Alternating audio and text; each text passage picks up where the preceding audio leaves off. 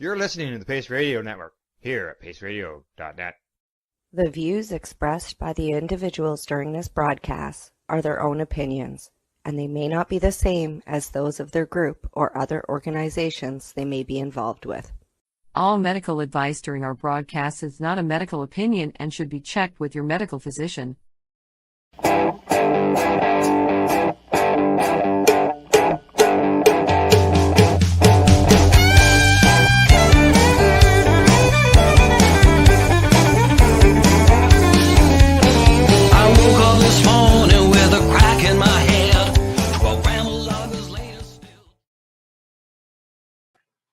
Good evening, everyone, and welcome to the Pace Radio Show. We're live and coming to you from paceradio.net and 420pace.ca.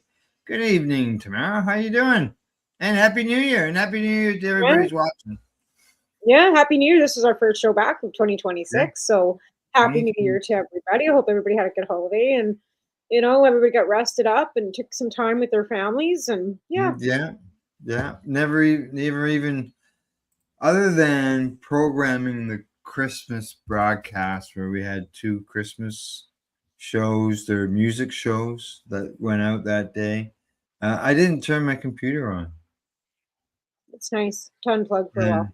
Yeah. You know, normally it's on every day, just, you know, podcasting every day. And, you know, I'd shut it down for the Christmas holidays and just like that's what our plan was, so that's what I did. Right? Yeah, and I did my first show back on Monday after I'd taken a bit of a hiatus before Christmas, and I came back on for my first show 2026 on Monday with Cannabis and Coffee with Marijuana. So that, and again, like, you know, people came. I had more viewers, I think, this show than I've had for a while.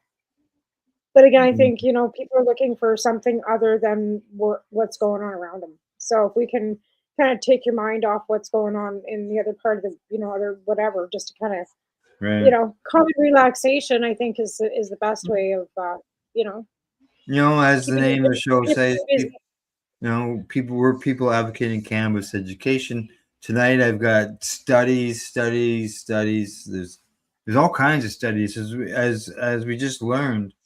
There's like 53,000 studies in the U.S. library on cannabis research. So, and most of those have been over the last 10 years.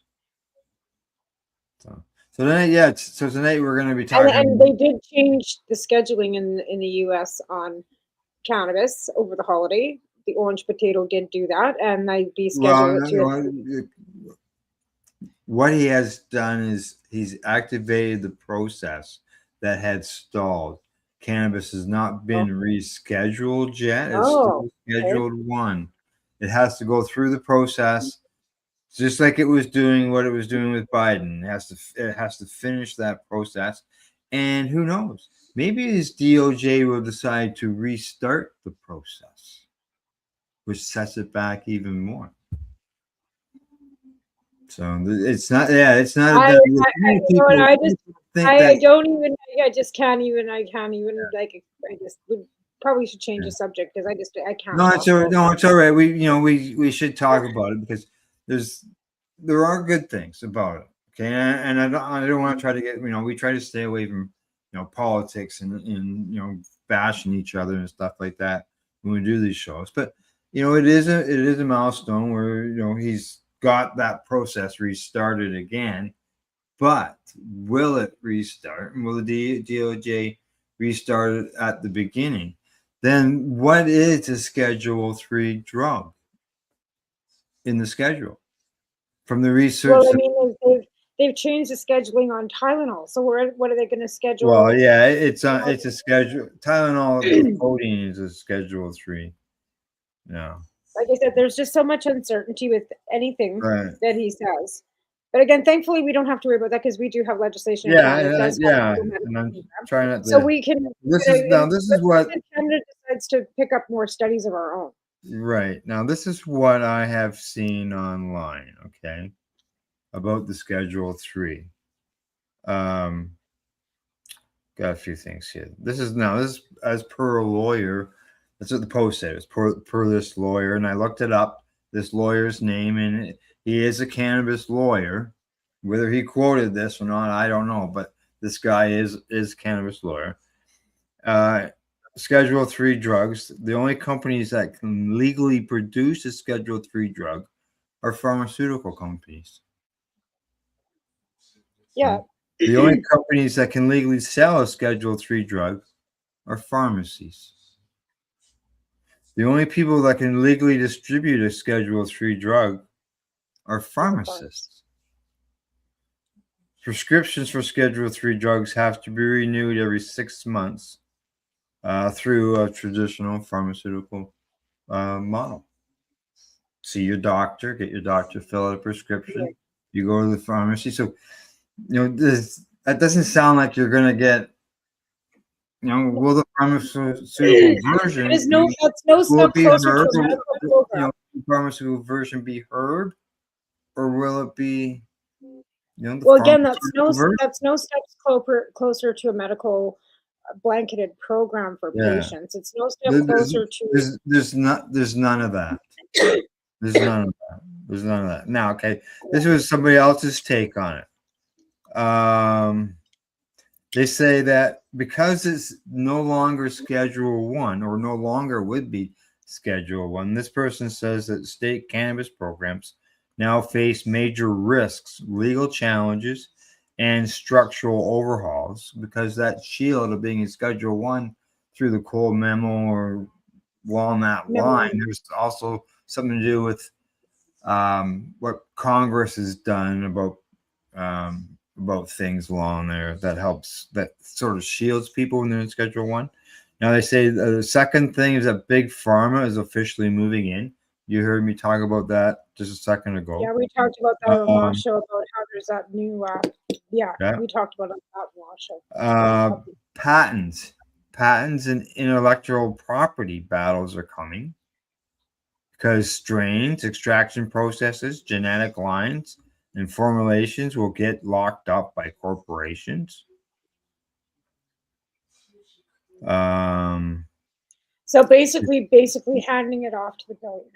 Yeah, because Schedule 1 blocked those patents from enforcement. Now Schedule 3 allows that to go wide open. Now federally, because this is all federally, home grows could become criminal without Schedule 1, because you can't legally manufacture a Schedule 3 controlled substance at home. Growing your own could now mean serious federal charges. So this is worse. Yeah. Dispensaries could disappear. Why am I not shocked? Or change completely. Schedule 3 distribution requires pharmacies and pharmacists. This has got Stephen Miller's fucking hands all over it. They say that this means that many dispensaries could be forced to shut down or reclassify as the pharmacies. And then you have to have pharmacists that have to be employed to do it, which means licensing and fucking blah blah blah. This sounds like a fucking nightmare. Major pharmaceutical companies have quietly invested billions in production facilities, anticipating this move, and they're not entering the game. They're preparing to take it over. They say that smokable products are next on the chopping block. Expect a wave of campaigns claiming smoking is toxic. They'll label it as a health hazard, even for cannabis, to push everybody to manufactured medical alternative. Prescription cannabis is coming. Expect strict qualifying conditions and mandatory prescription requirements. I think I like our program a lot better. Okay. Number 10, DEA and FDA control begins. Licensing, manufacturing, and distribution will favor the biggest, richest, and most connected players. And I don't know if you heard about scromiting. You know, scromiting is the latest thing that's come out. And scromining is the new word for, you've heard of CHS. Yeah. Cannabis hyperemesis, whatever syndrome. Yeah. Yeah. Well, now it's called scromining. That's the new name for it, scromining. Yeah. We had Cindy and I talked about it on Monday on the news. There was an article out about it, and scromining on CHS basically is what it is. They talked about the cause of it, and it was talking about neem oil, because the effects of neem oil, smoked neem oil, is similar to the side effects that people are getting with CHS. So people are using neem for pesticide, and it's being sucked into the cannabis, and then you're smoking that. So it's the pesticide that's doing it, and actually not the cannabis. And especially in the U.S., like I know here in Canada, they got like 100 and some odd approved pesticides. But down in the U.S., sounds like a lot of their products, like half of their products are being tested, with several of them passing, or not passing, but failing pesticide test. So maybe you gotta grow. That's why you gotta grow your own clean cannabis and don't spray any pesticides on it, right? I've never sprayed my plants with anything. I spray mine when they're clones. I spray them with water. That's it. Well, yeah, but I mean, like, I've never had a problem where I've had to use a pesticide. Like, even like, there's other ways of even getting rid of a pest. Like, you don't have to use a pesticide, especially in a small grow. I don't know. People are dumb. Before we get into some of these studies and things that we're going to talk about tonight, I did want to discuss the Schedule 3, because there are some pros. I went through a bunch of cons there as far as the pharmacy end of things, but there are some pros, and that's the fact that they do recognize it as a medical use, for medical use, right? We don't even got that from Health Canada, right? So this would recognize it if it goes to Schedule 3. It would recognize as medical use, and there would be some studies done. Some medical studies would be done, and maybe, I don't know, maybe there might be some funding there, but overall, as I said to a couple of friends of mine, I just don't have much faith or much more funding coming from their federal government. I mean, they're cutting so many funds for everything else too, right? Like, I don't know. I'd have but anyways, yeah. Yeah. Hey, thanks for the love there, Limestone City Hydroponics. Thank you for tuning in. But it was something I thought that we should discuss. No, it's definitely, because I mean, everything that they do affects us in one way or another, right? And again, if they start changing a bunch of regulations on their scheduling, then Health Canada gets whiff of them doing that down there. Will that affect our regulations too, right? Yeah, will Health Canada all of a sudden decide to recognize cannabis as a medical use? Right. And then would that be Well, it would be beneficial for us because we've been saying it. But again, look at the negatives towards it too with these. So I'm just. Well, that's the thing too. This isn't anything that I've seen anywhere, but with the Schedule 3 coming in and being, all this prescription-based stuff that we're talking about, will it be covered under medical benefits? Will Medicaid and all that? But again, then are we stuck back with the pharmaceutical then model where we? Well, that's the thing. Will you be taking Navalon or will the pharmacies actually supply? Sesame was a THC based. Yeah. But again, I mean, it's down to the point that the only thing I think the pharmacies were complaining about was smell. They come in sealed containers with no smell. Would you not be able to go to the pharmacy and pick up your medical cannabis? Well, where because shoppers already went ahead and got their licensing. We knew that right from the get-go, because they had their hands in this right from the get-go too. As soon as cannabis became legal, or they were looking at legalization. But then again, then they were the pharmacy end of things, right, which would kept it medical. And that's why things got rolled out the way they did, because the pharmacies didn't want to deal with all the people Yeah. Oh, yeah. Like our here in Canada, our farm rejected it in the beginning. Right? Like they didn't want, and even Years veterinarians and ago. stuff, like they were out looking for information and stuff, but at first they rejected CBD. Now you go to the vet and the first thing, have you tried CBD? And I'm Yeah. like,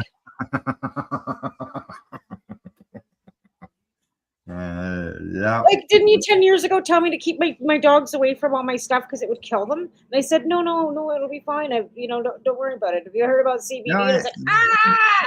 Now it's like you take your pet to the vet. They're going, well, have you tried CBD? I've had some good talks with my vet, and I mean, even to the I'm point happy. of I'm happy like, to hear it, but I mean, Jesus Christ, how long did yeah, it take? yeah, so yeah, so it's it's a milestone, but it is nothing. It is not like you said. There's no medical program there, but will there? Like, there's no Well, promise of a medical program if they reclassify it. and again, too, like, weren't we talking about that new combination cannabis pharmaceutical they were looking at? That was a combination of more THC than CBD, and we were talking about that last show. Yeah, yeah, that was last year. It was last year, yeah. Sorry, I didn't want to bring up last year either, but again, like I said, if they can, because I remember us discussing the fact that if they can bring it in a pill form, and then say, well, okay, you can't smoke it anymore. It's carcinogenic. It's causing this and that and this. So they take out the smokable portion of it altogether, and that goes to back to the illicit market, because that's ultimately what would happen. That's what's We're not going to going to quit happen. smoking Correct. weed. Like we're not going to quit smoking weed, brothers. Like that's just not going to When happen. have you ever heard somebody say, "I prefer the pharmaceutical version of cannabis or THC"? I don't even like taking canna caps. Never mind. And they're available at the fucking legal market. I don't even like eating edibles because I don't like. I'd rather smoke it. That's my That's ingestion of that's the choice. way It works you like to quicker. consume your medication, and that's the Great. way that you find it more effective. Absolutely. If I want to sleep, then Yeah, I'll eat a gummy. But if I don't want to sleep, there's no way I'll be sleeping like that. And it's not like that for everybody. That's the way it affects sure. me. I want to make that clear. Like my experiences are different. Other people, it Oh affects yeah, everybody sure. different, Yeah. right?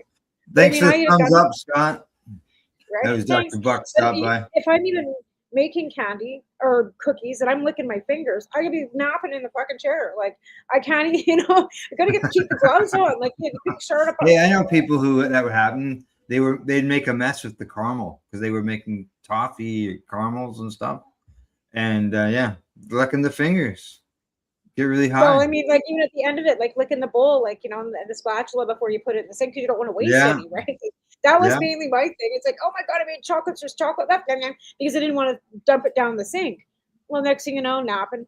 I literally had to set myself an alarm when Taven, I had to go pick Taven up from elementary school because if I Yeah. was baking or cooking during the morning, no Hmm. shit, by 2 o'clock I'd be napping in the chair. So it was like better set an alarm. I did, so I didn't miss picking the kid up.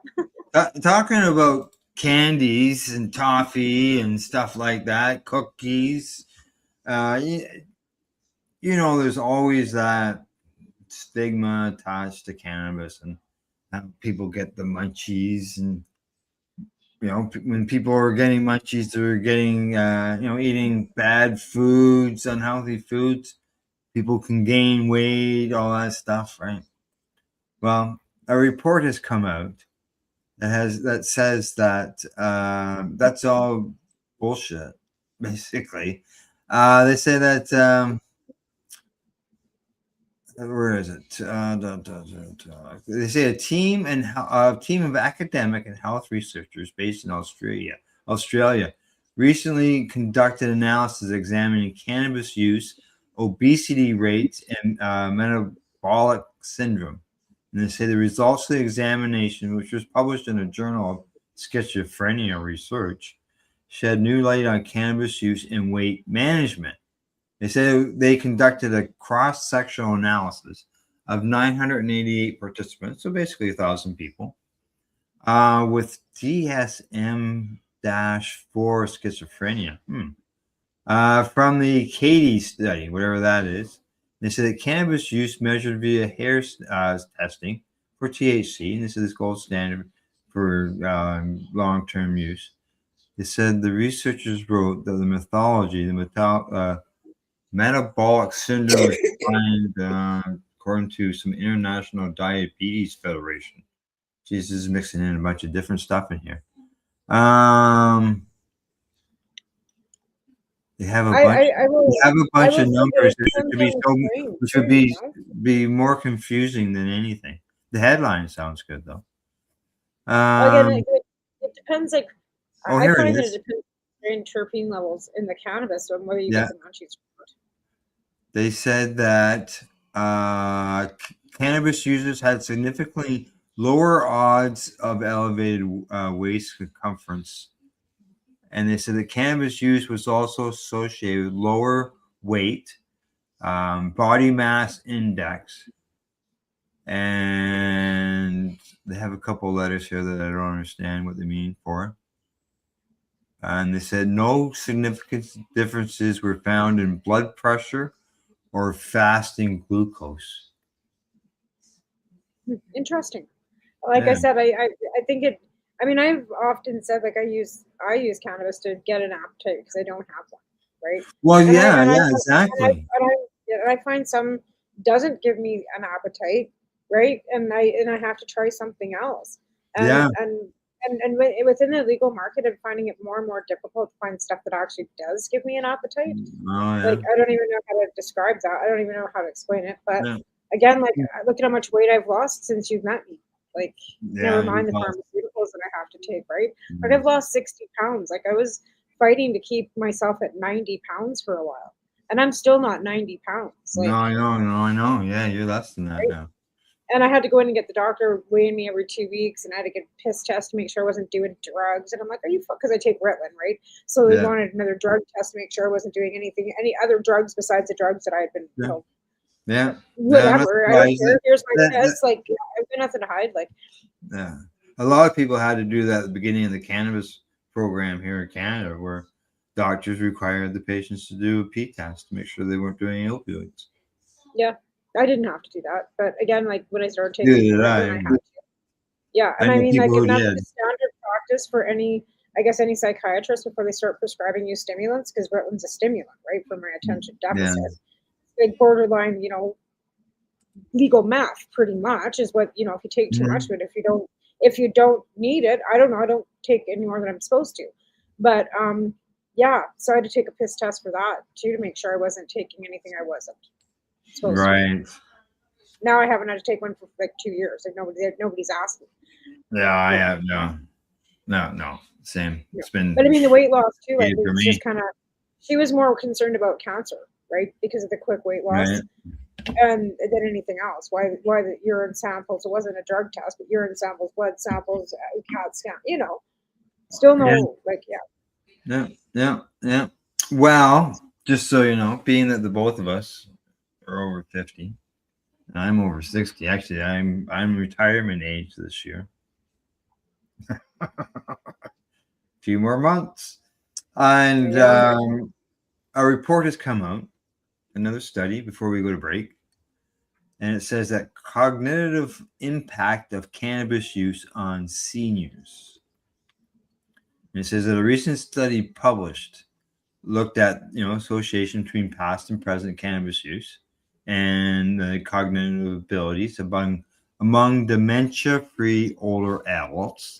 And they say that there's encouraging results.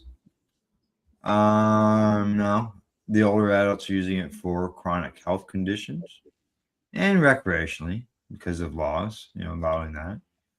Let's see. They say in the new UK study, they probably used it in the 60s, and then it became so taboo that they quit using it, right?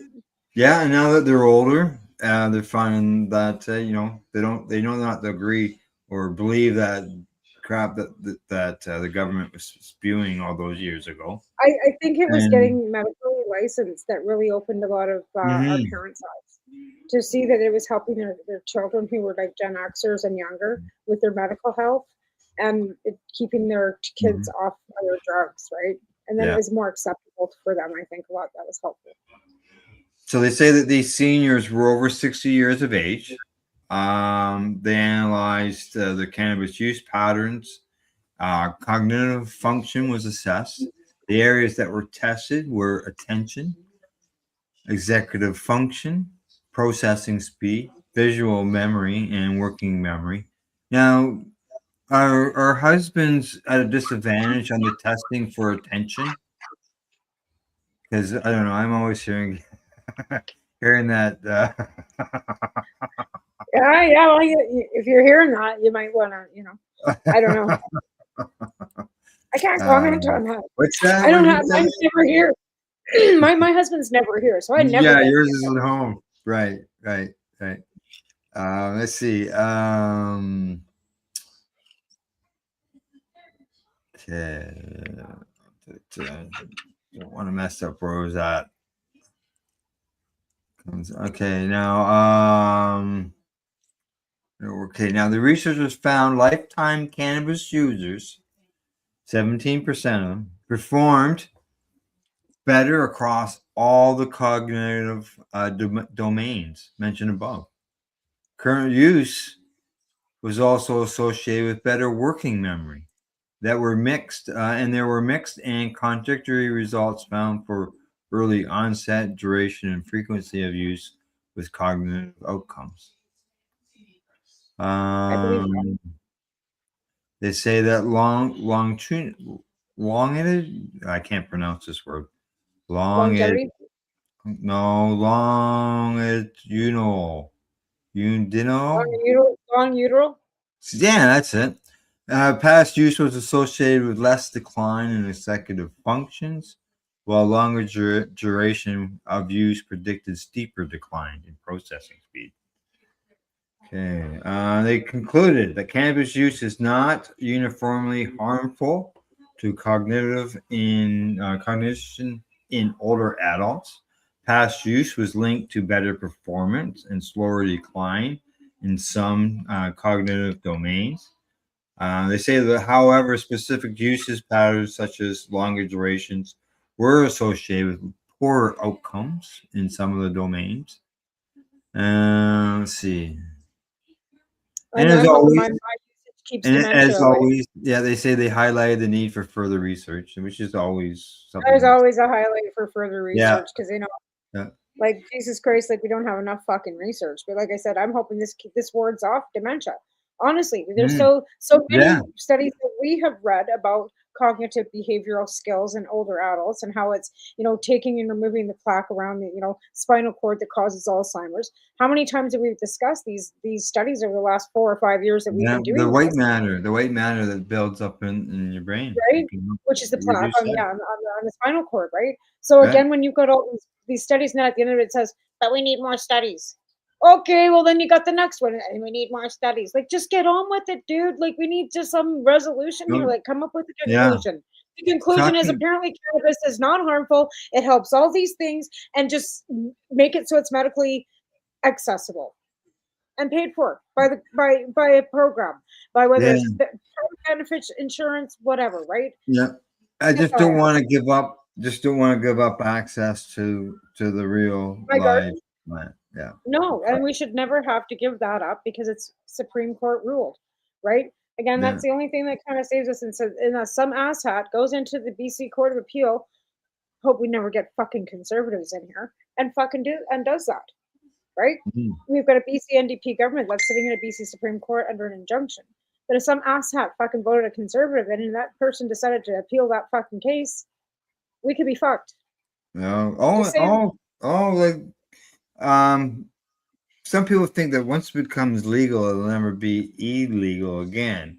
Well, right now there are states that are going through the process of creating referendums to have people vote on recriminalizing or removing rights that they won in court cases, or on voter approved cannabis. And then the threshold for voter approval at 70%. Like they do stupid shit like that. Like you know what I mean? Yeah, exactly. Like that's so it can happen. And all you have to do also is look at Thailand. Thailand has closed over 7,000 stores. They're going to keep going with medicinal use, with the medical use. But as far as the recreational end of things, it's gone. Well, and in here they Canada, were a couple years legislation ago. can't be They were challenged. they gave away 1 million seeds. Wow. It was so legal, but there was no regulations, controls, and I know that's a change. That's a it change blew in up. regimes, right? Change in governments, changes. And like I said, we're in the same boat in Canada. It might be a Supreme Court order, and it's also been put into legislation. That legislation can be challenged at any time, just like any other legislation. Notwithstanding clause. All right. Well, it's time for us to take a break. When we return, Tamara and I, we got some more studies and reports here that I'm going to talk about. And some more grass to smoke because the world's falling apart. Yeah. Just some conversation. So we'll continue to talk when we get back. You're watching the Pace Radio Show. We're live here in 2026 on paceradio.net and 420pace.ca. You're listening to the Pace Radio Network here at paceradio.net. Campbellford Lifestyle Shop. Open Monday to Friday from 10 till 7 p.m. or by chance. Check out our flags, our t-shirts, plus our hats. And look of that supply of rolling papers, plus much more. We've got bongs and your favorite herbal vaporizers. Look at all the incense we have, as well as for those who collect knives, check out these knives in our collection. And while you're here, stop in to see Shay at the piercing room, where you can get poked by Shay. Daily deals, check them out. Campbellford Lifestyle Shop, 17 Bridge Street West, Campbellford, Ontario. What do you find at paceradio.net? People advocating cannabis education.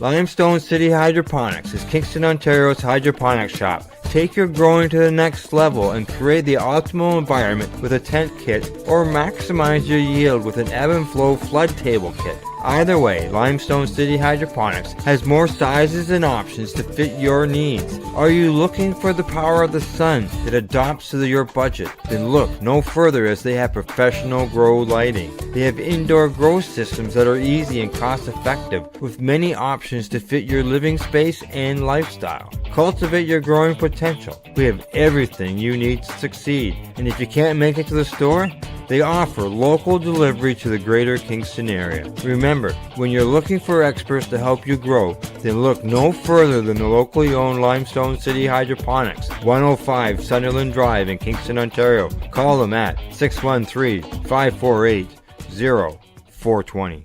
Rerolled Saturdays. Check it out. Nothing but non-stop cannabis and psychedelic programming. Find it at 420pace.ca. You're listening to the Pace Radio Network here at paceradio.net. Hey, you're back with the Pace Radio Show, and we are live as well. We're normally live. There's the odd time where, for some reason, we're not live. But I'm going to say probably 95%, 98% of the time we're live. I think we've only had a couple glitches in the time that we've actually done this. In fact, I was sitting there trying to go back in my memories to go back, because I know this year in June 2026. I started Southern Alberta Cannabis Club in June of 2006. So this 2026 June will be the 20th year I started cannabis activism. So I was trying to go back and say when we started doing these shows together, and then I had Cannabis and Coffee before that. And I think we're going on almost 10 years of doing podcasts to myself, like doing by myself with Al Rap before, and then coming onto the Pace Radio Network with you. Yeah. And then even doing this, I think going on 4 or 5 years too. We had Grassroots Advocate in there in between. And then we started, I jumped on as co-host. So we've been at this a long freaking time. Oh yeah. Well, if you watch Psychedelics and Cannabis Educational News, in the intro, There's actually a picture of me back in 2008, I'm going to say, when I was in the studio doing the news broadcast, doing a cannabis news broadcast on terrestrial radio. Yeah. People would That's actually form a circle, get together and smoke doobies during the news broadcast. Why not? And it was so out of the norm back then too, on a mainstream radio, yeah, right? Like I know that because she's the mother of one of my grandchildren. So right. I still find it odd now that we've got legalization, recreational, and everything, that we still don't have like any legal TV programs. We can't do any advertising, so they keep that off. There's no podcast on mainstream. The only shows you ever see are documentaries, showing some like harmful something or something to do with cannabis hitosis, or you know what I mean? Like you never see anything positive. Anything positive, like nothing, like hey, like we've got this, sitcom that's kind of fun. Nothing, like nothing's on mainstream. We have to do this all still underground, the same way we've been doing this. Independent media. This is the world of independent media now. People are getting the information. Is that what you call it? Right? So anybody can go on YouTube and spew bullshit. Yeah. Independent media. You can fact check us. Most of our stuff is actually not bullshit. Okay. Now, got another report here, another study. And it says cannabis use among the disabled. And this was done in the U.S. Okay, this was done for the University of Nevada and George Mason University. And they said that they had 1,119 patients. And these people were 18 and older. And they had disability, identified as living with a disability. Let's see what else they say. The patients had one or more of 6 self-reported limitations relating to cognitive, hearing, independent living, mobility, self-care, and vision. Weren't we talking about that too? That there's actually studies, if you Google online in Canada, you can actually sign up for, and they're paid studies. Yeah. There are studies like that. Yeah. They said the most common use, 72% of the people were using it for pain. 60% of them were using it to relax or relieve tension. So stress, get rid of stress. And stress can be connected to so many different illnesses. Oh, absolutely. Autoimmune illnesses. Just look at all this. Well, they'll say stress kills, like, and hypertension, high blood pressure. They just connected to so many things. When I get involved in some of the discussions in the Crohn's groups on Facebook, and they ask, what benefits did you find with your cannabis? That's one of the things I would say. Stress reliever, calm the mind. Yeah. On so many levels. Like, where do you break it down? Because again, individuals find it different relief for so many different things. Like, I can't pinpoint everything it helps me with. It helps me overall in my overall health. Yeah. You know what I mean? Like, I can't pinpoint exactly, every day. I just use it. These researchers say that the analysis of an open-ended responses for cannabis use reasons yielded 3 main themes: medicinal reasons, contextual reasons, and primarily as a sensory moderator. They say specific medical reasons for using cannabis included assistance with health-related conditions such as migraines, nausea, muscle spasms, seizures, mental health conditions, and sleep disturbances. Yep, absolutely. Now, the questionnaire, the study didn't ask specific questions about some of the stuff, but got generalizations, right?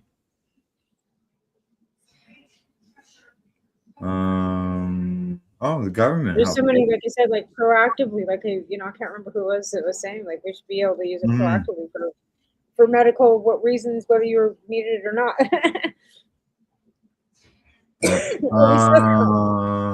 Okay. Most people use it medically and don't even realize they're using it medically anyway. Yeah, there are. There are people. I know that I've had people I've talked to, and they said they've taken cannabis, and before they went to bed, and they said that they didn't feel any effect. They didn't notice any difference. And I'd say, "Well, did you sleep better?" And they say, "Yeah." Well, isn't that an improvement? Did you fall asleep quicker and did you stay asleep? Yeah. That's the point of using it, right? One of the points. Yeah. Again, like everybody, it affects everybody differently. I've had people that have eaten my cookies and said it kept them up all night. And I'm like, yeah. okay. Like, but I'm using like indica and it's keef and oil, and okay, you stayed up all night. Well, better you than me, but yeah, I had somebody say that. I'm like, wow. I found that really odd, but everybody's metabolism is different. Everybody is affected differently. Correct. Again, like it's not for everybody. I've had other people too. That ate one of my candies one night and was climbing off the walls. Oh, there you go. So, but it didn't consume before. It's like overdone without realizing overdone. There's a website called Cannabis Science and Technology. They put out some like a roundup for 2025 things that they liked.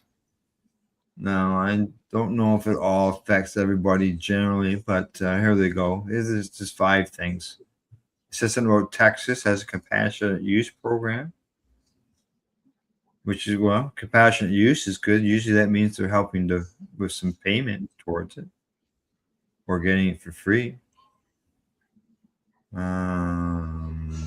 Let's see. Number 4, they say cognitive improvements. We just discussed all that. And with the elders, with elderly people or older people. Study finds that U.S. physicians feel unprepared to guide patients on medical cannabis. I'm not surprised. Why there's not enough studies? They're not being trained. And there's not enough studies. There's not enough studies. No enough research. Not enough studies. Excuse, distraction. Not enough. Shut up. Just start training your doctors. Put a cannabis cannabinoid fucking program in your medical program. It's not hard. It's not hard. Research. There's not enough fucking research. Don't tell me that. Yes. I'm just gonna look up something that I want. It just seems utterly ridiculous that after we're going on 80 plus years of prohibition prior to, we've had 10 years of almost of like 9 years of recreational legalization in this country, that not one of those big LPs that were supposed to be taking care of medical patients' needs and still do if you want to have your licensing be taken care of by your insurance company, you have to play the fucking game with the LP still, right? Yeah. So again, there's still people buying so you think after 9 years of these big licensed producers growing cannabis for medical patients, because they still are, they would have some sort of fucking dosing and something have figured out. Nope, they haven't. No. Well, that's the thing. Health Canada could have voluntarily had patients, submit information. Health Canada could just say it's fucking medicine to begin with, so we could actually get. That's yeah. That'd be the best way to do it. I realize that. But now, talking about medical studies, reports, the number one, I like to call it the number one spot where I like to send people, and places that I always turn to throughout the years of my cannabis advocacy, dealing with Treating Yourself magazine, doing the home shows and events and stuff like that, is I had a book that I carried around with me that was basically, it was a printout of a website. And the website was called Granny Stormcrow's list. Granny Stormcrow's. Yep. Okay, I remember that. Yeah. Well, just so you know, it was just updated a week ago. Oh, wow. Yes, yes, yeah. It is now back up running and updated. Granny, she has a message for everybody on there. I'm just bringing it up here. Here we go. This is the site that I would send everybody to. Granny's Storm Crows. Granny Storm Crows list. All right. They say if the truth won't do, then something is wrong. Now, she is now 78 years old. And she says, to be honest, it's getting harder to keep up with all the new studies. She says, when I started my granny's list 18 years ago, cannabis studies were coming out at maybe 10 in a week. Today, I can expect 10 to 15 new studies per day. Yeah, we had said there's like 5,000 and some done a year. Yeah, just 5,300 and some done a year, right? And now again, like, see here, this is sections now. She's broken it down into. Okay, study section for 2026, 3,101 pages. That's how long that thing is. Now, you think, holy shit, how can I find something that's got 3,100 pages in it that's so big? How do you ever find anything that's in it? Well, I'm going to show it to you because I'm going to bring it up. I wouldn't even want to fucking even begin to look through it. My eyes would be rolling in my head. I'll show you like what I've got too. Like during the break, I'll go because I've got my little bookshelf, and I've gone back to reading books and doing audiobooks. Oh yeah. And I've got my little books, my bookshelves, and I've got some herb books and stuff like that have actually got cannabis in them. Okay, here we go. This is Granny Storm Crow's list. Wow. Now, as you can see, as I scroll down, okay, it starts with the letter A. Yep. Abdominal. Okay. Next word, abscess. Everything starts in A. Acne. Oh, these are all just afflictions of with the people like diseases and stuff. Everything in this list is in alphabetical order by medical condition. And then it's showing you the study that they've done with cannabis. This is right here, for example. Right on. The name of the study, cannabinoids in the pathophysiological of skin infection. It was done in Romania. Full report done in 2020. Just click on the link and you got it. Wow. You know? Crazy. That's crazy. So you got 3,100. Nice things about PDF. You can just type in, okay, I want to go to page 100. Right? Go to page 100. 300 pages in, right? Yep. And you are still in the A's. Aging. And look at all the that's amazing. Look at it all. Right? But again, all these studies, and they're still balking at fucking claiming that there's any medical benefits for it. Like what? There's 475. Oh my God. Children. Just on children. What a bunch of bureaucratic bullshit and a bunch of fucking money that fucking was wasted on fucking 100 million studies to come out with the same conclusion for them to just keep wanting to study it. Yeah. Here I'm on the 3rd page of children. Here comes the 4th page. That's crazy. 5th page. 6th page. And there's 3,100 pages of it though. It's 3,100. Yeah. Like wow. And then there's probably another 3,100 pages of something else with all this and all. Yeah, she's broken it down. This one's been published in this journal. Wow. Yeah. I'm looking now. I want to find something else. It's really see what I'm not seeing is like a search bar where you could search by conditions. Okay, I might not be on that. No, because it's a PDF, right? So you can't search it by it's not been uploaded per page, so you can't. There's no search bar for it. Right. But that's It's a Okay, I'm just PDF. gonna take that out of there while I do. I'm gonna keep You don't want searching. to download onto your computer. It'll fill up your hard drive. Yeah, well, here I'm gonna put. I'll put the once I get back to the website into things here. I'll put I made that the mistake. link to this in the chat, and then that way,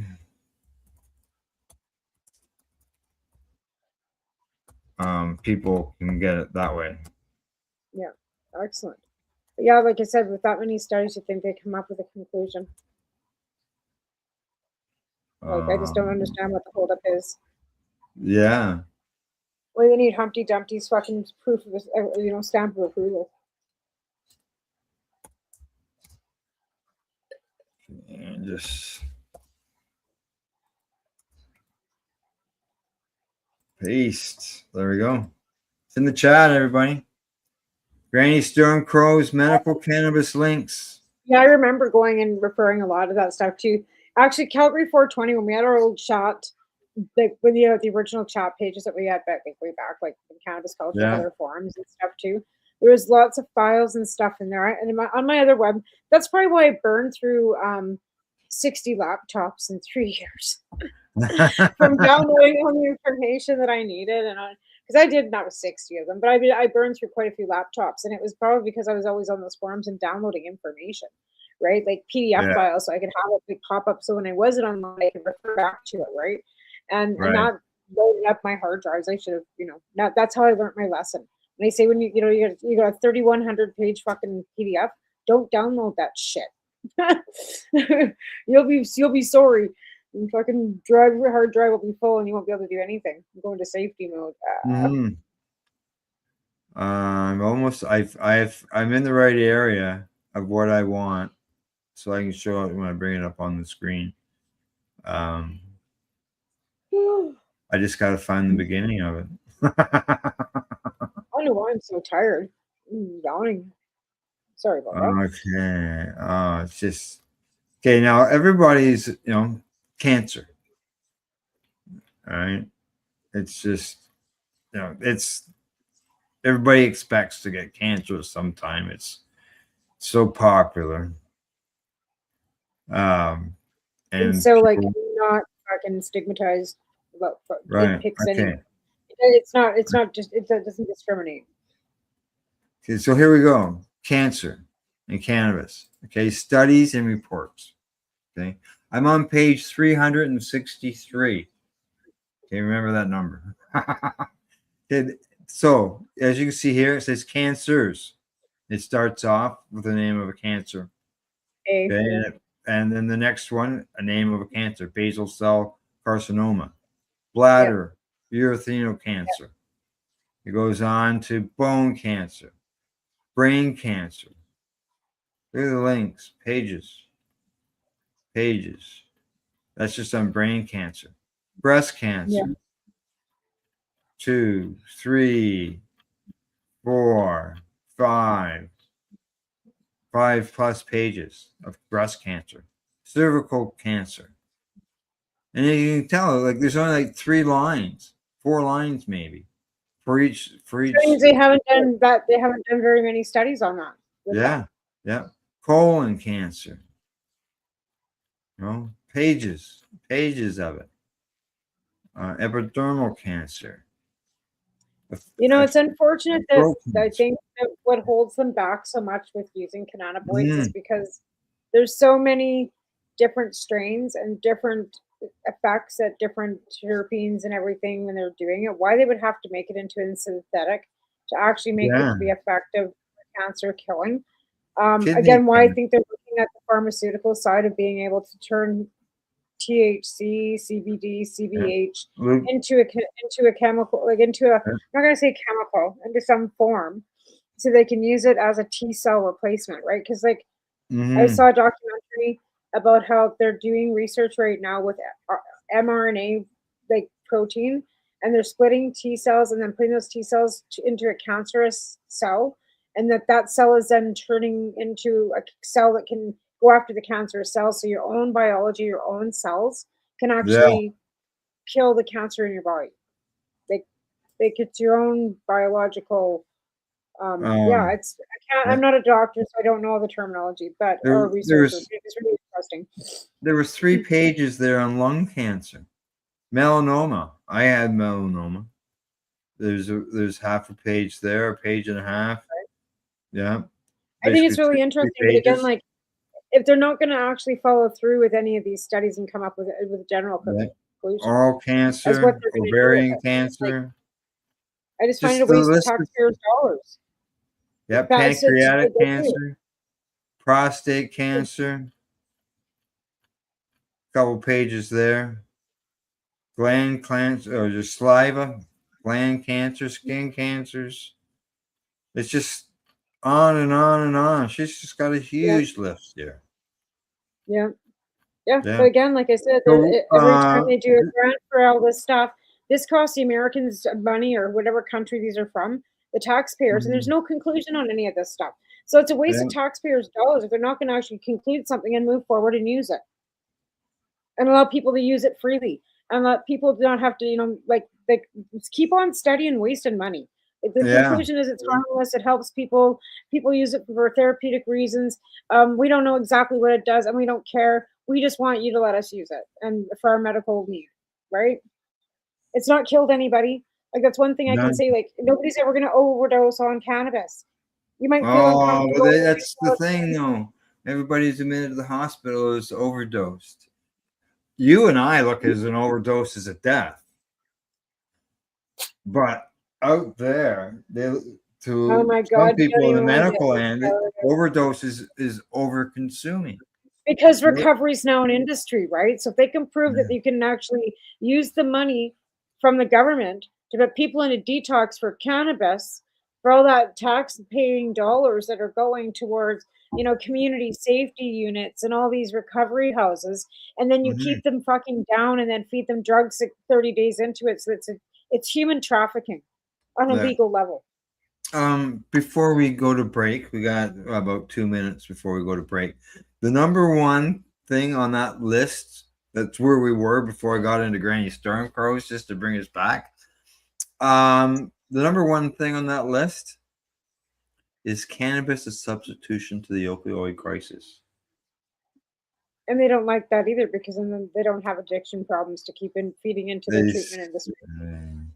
They say in this research overview from January, there's a Ruth Fisher explores how cannabis has shown promising in helping individuals reduce opioid use, potentially decreasing overdose deaths. Though its impact on chronic pain and opioid reduction remains evident, limitation exists and flaws in methodologies and ecological studies complicate conclusions. And psilocybin too, and that's why they don't want to legalize psilocybin, because then it'll break down into their fucking recovery, human trafficking fucking scam. So it was good to see that is there on the opioid end of things. So well, people did it. We're proving that with our CSPs. Like, we're proving that on a daily. When you see people that are not using the opioid drugs or the meth or whatever because they're consuming cannabis and edibles, we've proven that to them. All righty. Well, it is the top of the hour. Oh, ding! That must be break time. The break time bell. No, I don't know. Somebody probably bugging me about something. Probably my kid. I'm hungry. Okay, when we get back, we're going to talk about something that we don't have in here in Canada when it comes to medical cannabis taking, and I think it should. So when we get back from the break, we'll talk about that. You're watching the Pace Radio Show. We're live here at paceradio.net and 420pace.ca. You're listening to the Pace Radio Network here at paceradio.net. Limestone City Hydroponics is Kingston, Ontario's hydroponics shop. Take your growing to the next level and create the optimal environment with a tent kit, or maximize your yield with an ebb and flow flood table kit. Either way, Limestone City Hydroponics has more sizes and options to fit your needs. Are you looking for the power of the sun that adapts to your budget? Then look no further, as they have professional grow lighting. They have indoor grow systems that are easy and cost effective, with many options to fit your living space and lifestyle.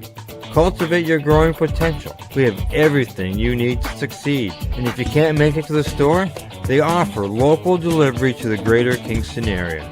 Remember, when you're looking for experts to help you grow, then look no further than the locally owned Limestone City Hydroponics, 105 Sunderland Drive in Kingston, Ontario. Call them at 613-548-0420.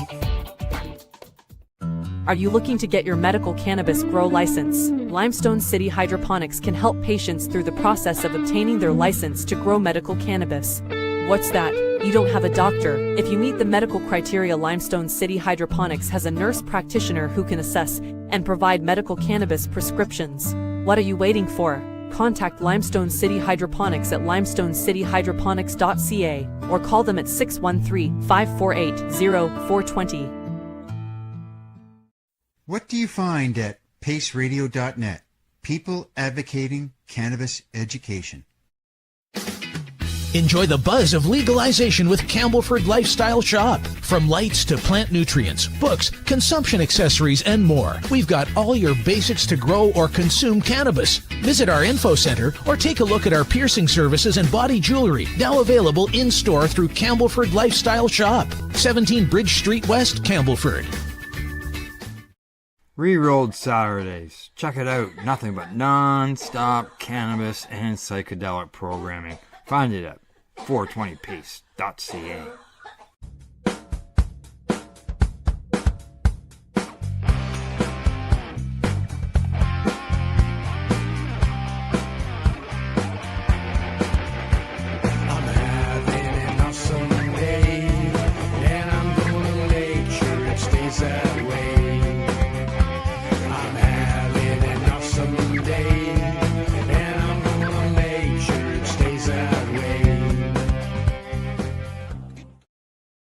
You're listening to the Pace Radio Network here at paceradio.net. Hey, you're back. We have some more reports and studies and stuff to cover over the next half hour. But first, as I mentioned before the break, something going on that we don't have here in Canada for medical patients. And this is coming to us from the UK. And, I don't even like the UK medical cannabis program. But this is some guidance that has been given to the UK police officers. And this is guidance that comes to them from the National Police Chiefs Council. And they say that this is new guidance on how to handle interactions with medical cannabis patients. And they said this is following concerns that outdated advice was leading to unnecessary confrontations between officers and lawfully prescribed patients. Let's see. They got this guidance, come up with this guidance through consultations with healthcare partners, government agencies, and the private sector. And they say this marks a significant shift in approach, instructing officers to treat medicinal cannabis users as patients first, suspects second, instead of automatically assuming that they're impaired because they're a patient. Yeah. Well, why do you think that I don't mention that like on my insurance that I use cannabis as medicine? Because they do in BC ask you if you use any medicine that, and I should probably, and I, I don't mention that. I never have. No. Not from my insurance, nothing. I don't want any label like that. Like I said, I never wanted medical licensing because I didn't want a dog tag. Now I was coming home one day, and out in the middle of nowhere, there was a ride program set up. This was years and years ago. And I was delivering magazines to Peterborough at the time. And I stopped and talked to the officers, through the window. And they asked me about the hat that I was wearing at the time. And so next thing I know, we had a great conversations about cannabis and medicinal cannabis. And I gave them a magazine and all that stuff. And, they never bothered me, never hassled me about Any consuming or anything No, like that? I think it really depends on the officer. They've always had discretion with cannabis. That's something that they've always had. That just depends on what cop you got. Mm. Now they say that here, the new guidance provides strict practical steps for frontline officers encountering patients with the medicinal cannabis. They say the officers are advised to ask for the original packaging. I don't know if they can grow their own there. Okay, they may not be able to.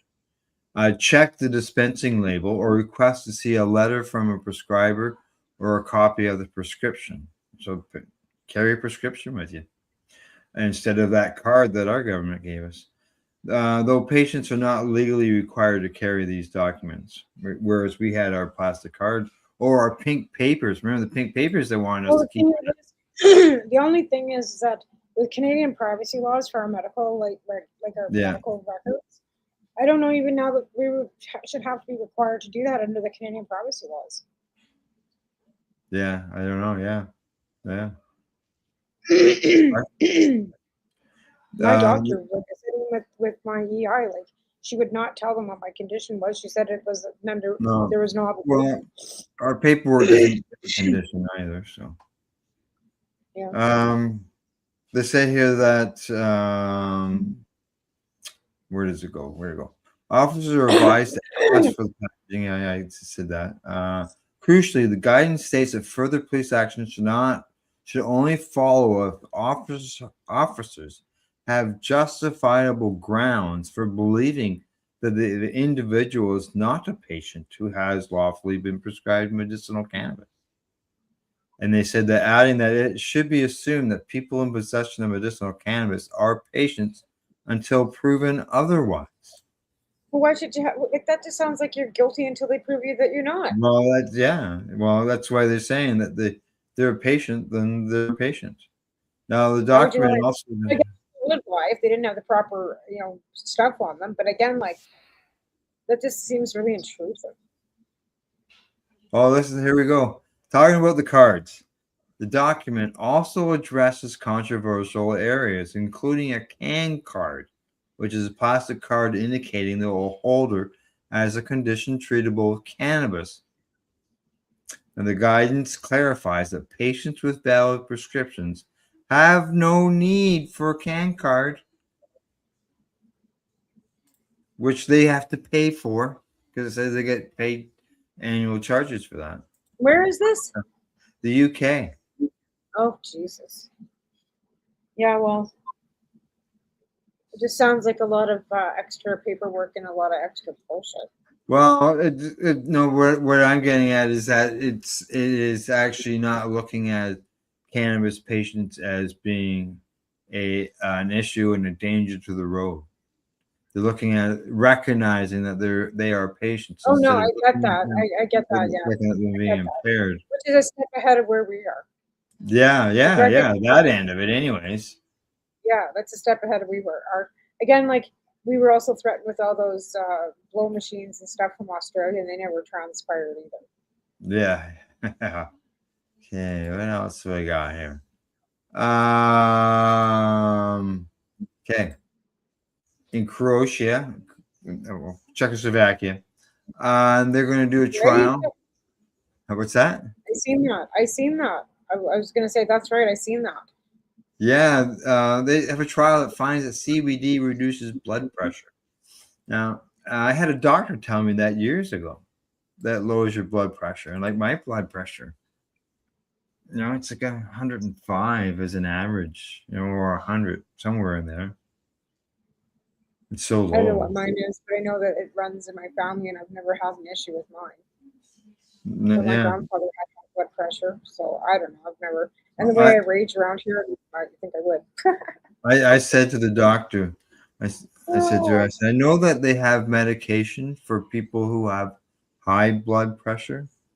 I says, what about people with low blood pressure? Do they give you medication for that? And she says, give us a shout if you faint. What? Give us a shout if you faint. Here, have a sniff of some chlorophyll. What is smelling salts, Al? Like, what do you? Maybe, yeah. Yeah. So there is What are you gonna do? nothing. Get off the floor and then call the doctor?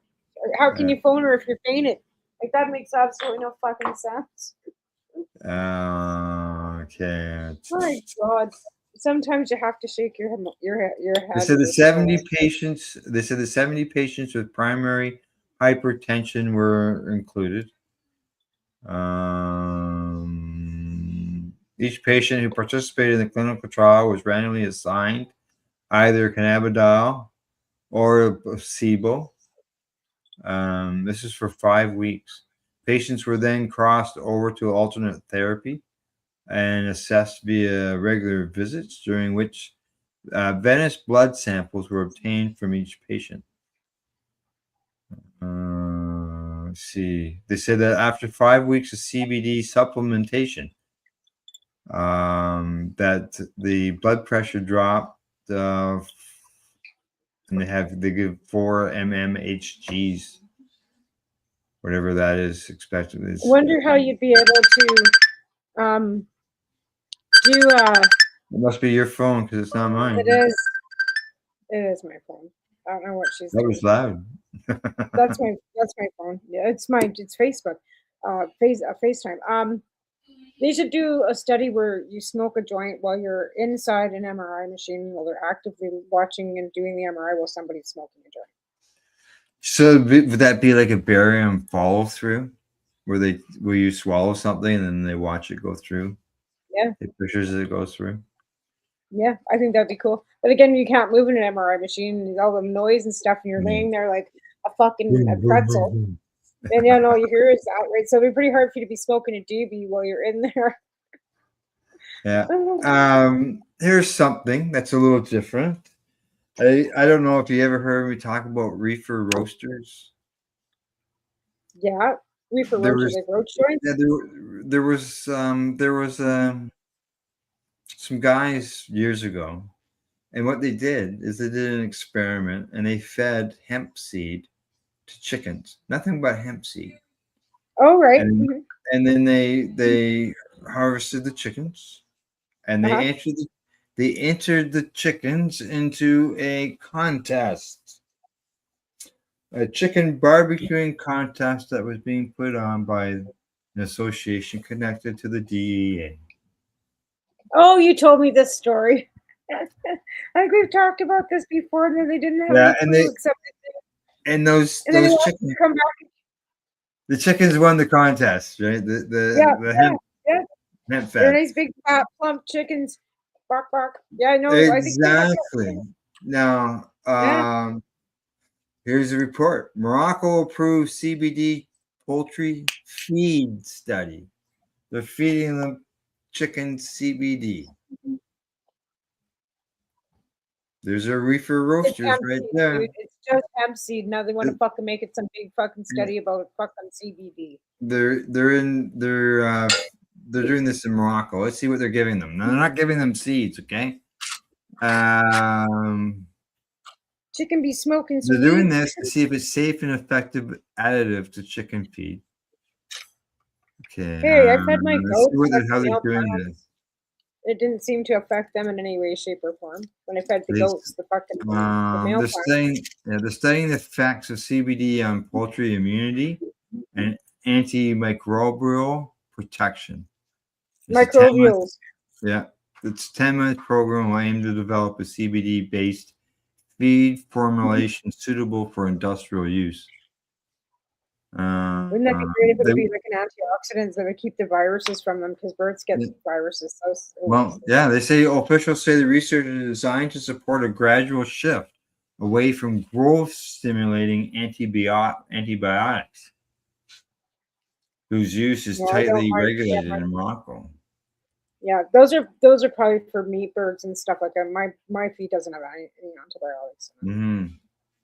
It's just layer It's just layer crumble, right? Like it's not. There's nothing in it. It's just green. I'm just looking for a definition. But again, I think that'd be cool if they could like make it so that they could come up with something that would block this fucking avian flu. There we go. CR. Okay, they use cannabis residue is what they said. The results showed that while the cannabis residue supplementation did not impact growth performance, it improves meat quality by reducing fat content and enhancing flavor through elevated free amino acid levels. And that's exactly the same things that they talked about on the reefer roasters, or I'll get it out, reefer roasters. Yeah. And they said it increased the overall nutritional value of the meat. Yeah. Giving them CBD residue. But the funny thing is prior to 1900, farmers were, told they had to grow hemp, and then they were using the hemp seeds to feed their chickens, right? And their grain, and went in with the cattle, let's be. And it was like, running wild, free range birds getting into. I don't even know what to say anymore. But yeah, there's so many benefits on so many levels, but then it was too strong. It was too industrial. It was too long lasting. It wouldn't deteriorate fast enough for the fucking greed of fucking man. So they decided to make it fucking illegal because cotton, a cotton t-shirt only lasts a year. Wilbur. Right. Yeah. Yeah. Oh, did you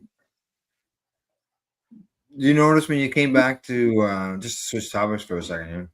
When you came back and started your show, that things were a little bit different in StreamYard? Not really. You didn't notice any changes? Okay.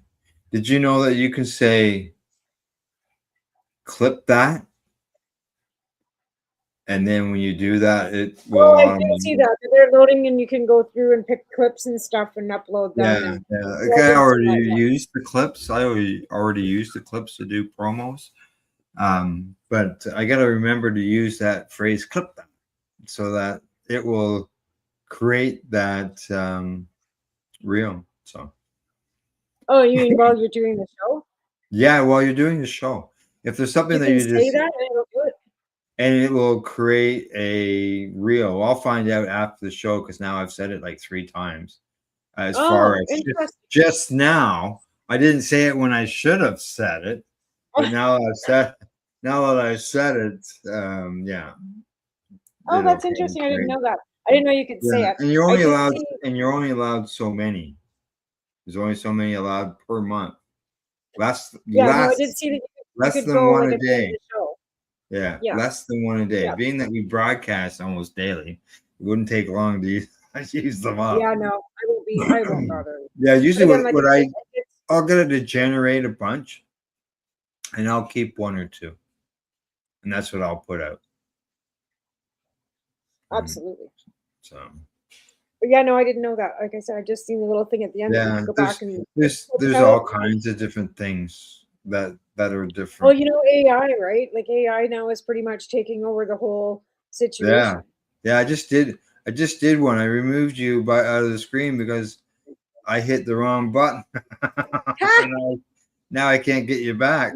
Hang on, I will. Here we go. There we go. Could you hear me? But no, I was panicking. Oh, you couldn't hear me? Okay. I think I'd like it better if when we go to break and stuff, and we have guests and stuff, before and the other network or whatever we were using, we could talk to our guests behind the scenes. Oh yeah. That was when we were using that was with the audio. This speaker. we were able to talk to our guests and stuff during breaks or before or after the show until after the show. And I think that it kind of feels cold. I don't know. Well, the nice thing about when we were doing the audio only and we were using Spreaker at that time, as you said, during the commercial breaks, we could talk. All the people involved in the show could talk amongst ourselves, and our listeners wouldn't hear us. And that would help out with any planning on going into the next segment, discussing that with our guests. Whereas now with the video end of things through StreamYard, even though that we remove ourselves out of the picture and everybody sees the commercial, we cannot talk verbally to each other. We can message each other. We can do that during at any time because there is the private chat. Then you look at the keyboard. You're not, not really paying attention to what's being said. I know. It's trying to type stuff out while you're trying to hold a conversation on a completely different exactly, subject. right? Right, exactly. Again, like it's distracting, and again, that would be helpful if StreamYard could make it so that we could have a little more, in the background. But they keep updating things. I do notice that it says record. You can record the whole show, and now we've gone from this to like a webinar, which was the second big change they had, right? And now we've got this other screen over here that we can see. I don't know if anybody else can see it, but we've got like 4 screens in front of us. Okay, yeah. I closed them off. No, like but I've got. Oh, you got yours closed off? Yeah. If you look on across the layouts at the left-hand side of the layouts, you have the square. There we go. I found it. There you go. So that was like the whole thing. I thought that I couldn't do that. I thought that's the way that you had it set up. So I just left it. But all of a sudden, I got 4 screens in front of me. I'm like having a hard time focusing on anything. You did a whole show like that too. Oh, well, I've done 2 whole shows like that. Yeah. Now, not all the broadcasts do this, but in YouTube, StreamYard, because you have an option now. You can run it as a landscape, as we are, okay, in most of the stuff. Like, for example, on Facebook, you have a choice of going landscape or as a reel, which is a portrait. Right. You can't do both. You can only do one or the other. So I have them all set up at landscape. But on YouTube allows it to run as a reel, like portrait, and as landscape at the same time. Oh. So if you go to the YouTube channel, the Pace Radio Network YouTube channel, on a lot of our shows, you'll see the show twice. And if you just take your mouse and your cursor over it, you'll see at the end of the wording the picture of a reel. And that tells you that it's the reel and not the landscape. Oh, cool. I'll have to go check that out. Yeah. So you can really. The only reason I had YouTube up was because I was scoping some, trying to find some news tonight, and I couldn't. It seems like Google's blocking news. Google's blocking what? News. Live streams and all kinds of things. It just seems like we're getting blocked. I haven't ran into any of that I'm aware of. So, okay, what else have we got? We got 7 minutes left. And okay, I did the feed study report. I can take that out of there. I got Granny Storm Crows. I can take that out of there.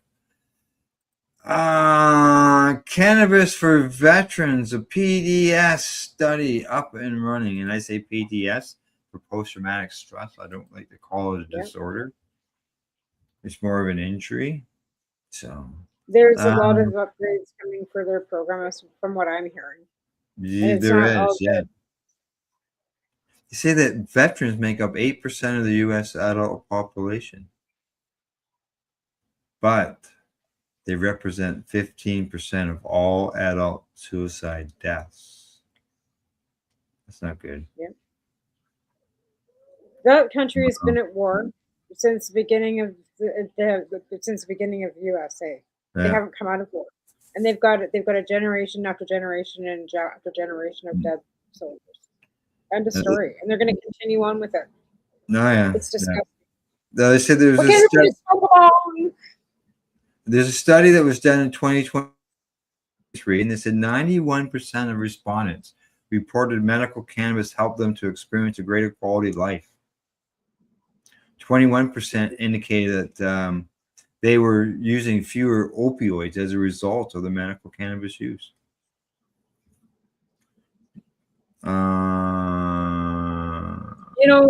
A lot of their post-traumatic stress syndrome is very complicated for a lot of different reasons, right? They have different triggers than what you would expect that they do, and it's very difficult. I'm so glad that they've got cannabis to fall back on for some of them. I really am.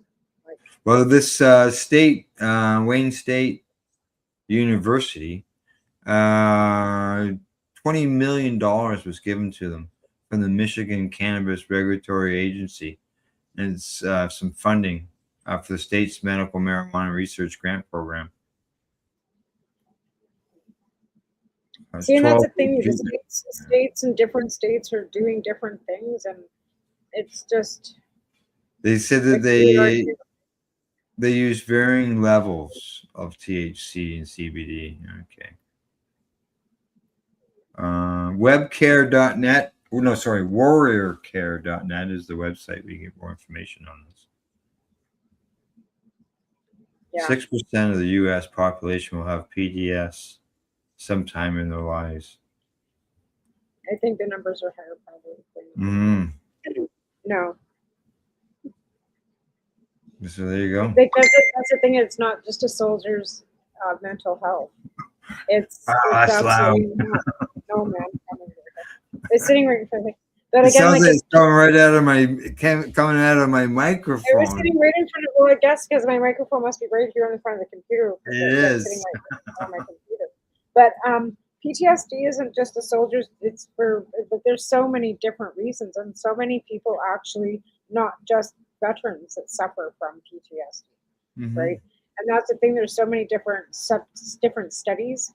But I mean, they're non-comparable. Like you can't say and blanket it all under one umbrella because there's different levels. But yeah, it's a pretty hard cookie to uncrumble. I've got I got one more thing here that I want to discuss now. I'm not a doctor or anything, but this is an article, some information that says the best ways to use cannabis if you have ADHD.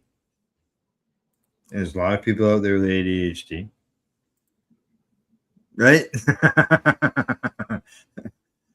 All right, now, what's that? I said I don't have ADHD. Okay. They say microdose. Well, they say these are the best ways for people with ADHD who can find the benefit from cannabis. Microdose, 1 to 2 milligrams of THC. They say it's an effective way of mitigating restlessness without affecting the energy. They say if you're using a vape, just one light puff can do the trick. Yeah, that's absolutely true. I will absolutely. Yep. Now, they also recommend quick onset products. They say that ADHD brains work best when there is the benefit of immediate feedback. When it comes to cannabis, this means fast-acting products. That's probably why I consume or like smoke it. Yeah. It's more effective. Now they say that low THC or balanced THC CBD products. They say too much THC can easily overstimulate the ADHD brain. And on the other hand, balanced formulas will work so much better. So there's that 1-to-1 ratio. Yet again. Like I told you, sativa puts me to sleep, right? Yeah. Yeah, right? Yeah. That's not me. So, like I said, that's not normal, but indica, like that's what I smoke all the time. Indica is what keeps me so that I can keep, doing the things I do. I smoke sativa. I'm sleeping in the chair too. The higher the CBD for me, I'm sleeping. I'm out. I'm fucking toast. Oh, really? Well, what they're suggesting here is CBD during the day, THC at night. Strategically splitting your cannabis dosage during the day is an effective way to make the most out of it. CBD during the day supports focus and motivation without running the risk of burn. Doesn't help you that way? I don't know. Like I said, that just sounds all too complicated for my ADHD brain. Like, seriously, break this down for sleep and this was what? Okay. I have to slow that down. Yeah, like my eyes are going in the back of my head. But again, I would say that, like I said, because I smoke pretty much indica, I don't consume any other way. But I also take my medication too, because the cannabis doesn't keep me focused enough. And it did for a long time until menopause hit. And I didn't really feel any of the ADHD, like, real symptoms until I hit 49. And then it was like, what the fuck is wrong with me? Yeah, well, I remember you're on medication for it. Right? And I had no medication at all. Like, nothing. Like, I was bound, like, but it made more sense. But my hormone levels changed. And as soon as my hormone levels changed, it accentuated the ADHD symptoms. Yeah. Now, so it was like. There is 2 more things I want to touch on this.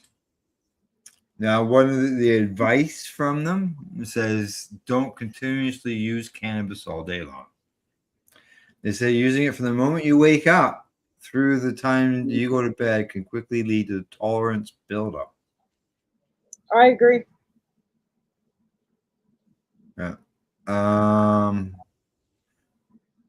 They say instead opt for 1 or 2 intentional consumption windows in each day. If it helps, it may also want to have a clear time to stop and start. Okay. And the conclusion says that cannabis can be a powerful tool for people with ADHD. It doesn't fix the attention issue, but rather supports overall regulation. So if you use it in hand with the medication that I take, that's pretty much how I do consume. Like I get up in the morning. The first thing I do is not reach for my joints. I get up, I have a coffee, I get the kid off to school. I'm not consuming any cannabis. So probably I take my meds at 10. So probably right around just before that or just after sometimes because I get busy doing other things too. So, and I use my vape pen more. I will sit down and smoke a joint, but I only smoke half it. Like even during shows and stuff, like I'm not smoking or consuming as much as I used to as I get even older either. Right. But I find if I do consume too much, it's not effective. It won't help me at all, right? So I had to kind of like that just seems to be working for me. So yeah, there you go. So there's obviously some points there that you agreed with. Yeah, absolutely. Like I said, that's about how like I said, I'm here by myself too. Like I don't smoke a full joint. Like sometimes it's just too much. Like I don't need it, right? So I just put it out halfway, a couple puffs, put it out, like, and then I'm off to do whatever I'm doing. But it helps with the nausea. And because sometimes, and it does, it helps with nausea. Especially that because of my condition, but even for our prep for colonoscopies, a lot of people have nausea from trying to swallow that stuff. And, even with that, it helps there, nausea. So, all right. We're at the end of the show. Anything else that you'd like to mention before we say goodbye? Say goodbye? I don't think so. I've kind of put CSP on hiatus for a bit because of the situation going on in town, and I don't have any donations. I've got them working with Zip, Ziddle, and Doodle. And when you got nothing to work with, like I said, I'm really good at raising money, just not for that. Yeah. All right. $80,000. I guess that's what one of those things was. That's lots of dough. Did a good job there. So, all right. Other than that, thanks go to our sponsors: Limestone City, Hydroponics.ca, the Campbellford Lifestyle Shop, and At-Eze.ca. Plus, big thank you goes to you guys for tuning in, watching the show. Just so you know, when I look at the statistics, our viewers are pretty even when it comes to male and female, and as well as our age categories. They're all pretty even, so we're so pretty good. So we appreciate you watching and appreciate our sponsors. Yes, shout out to you.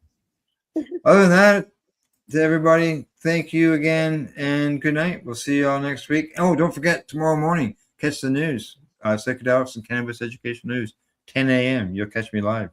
Talk to you later. Bye-bye.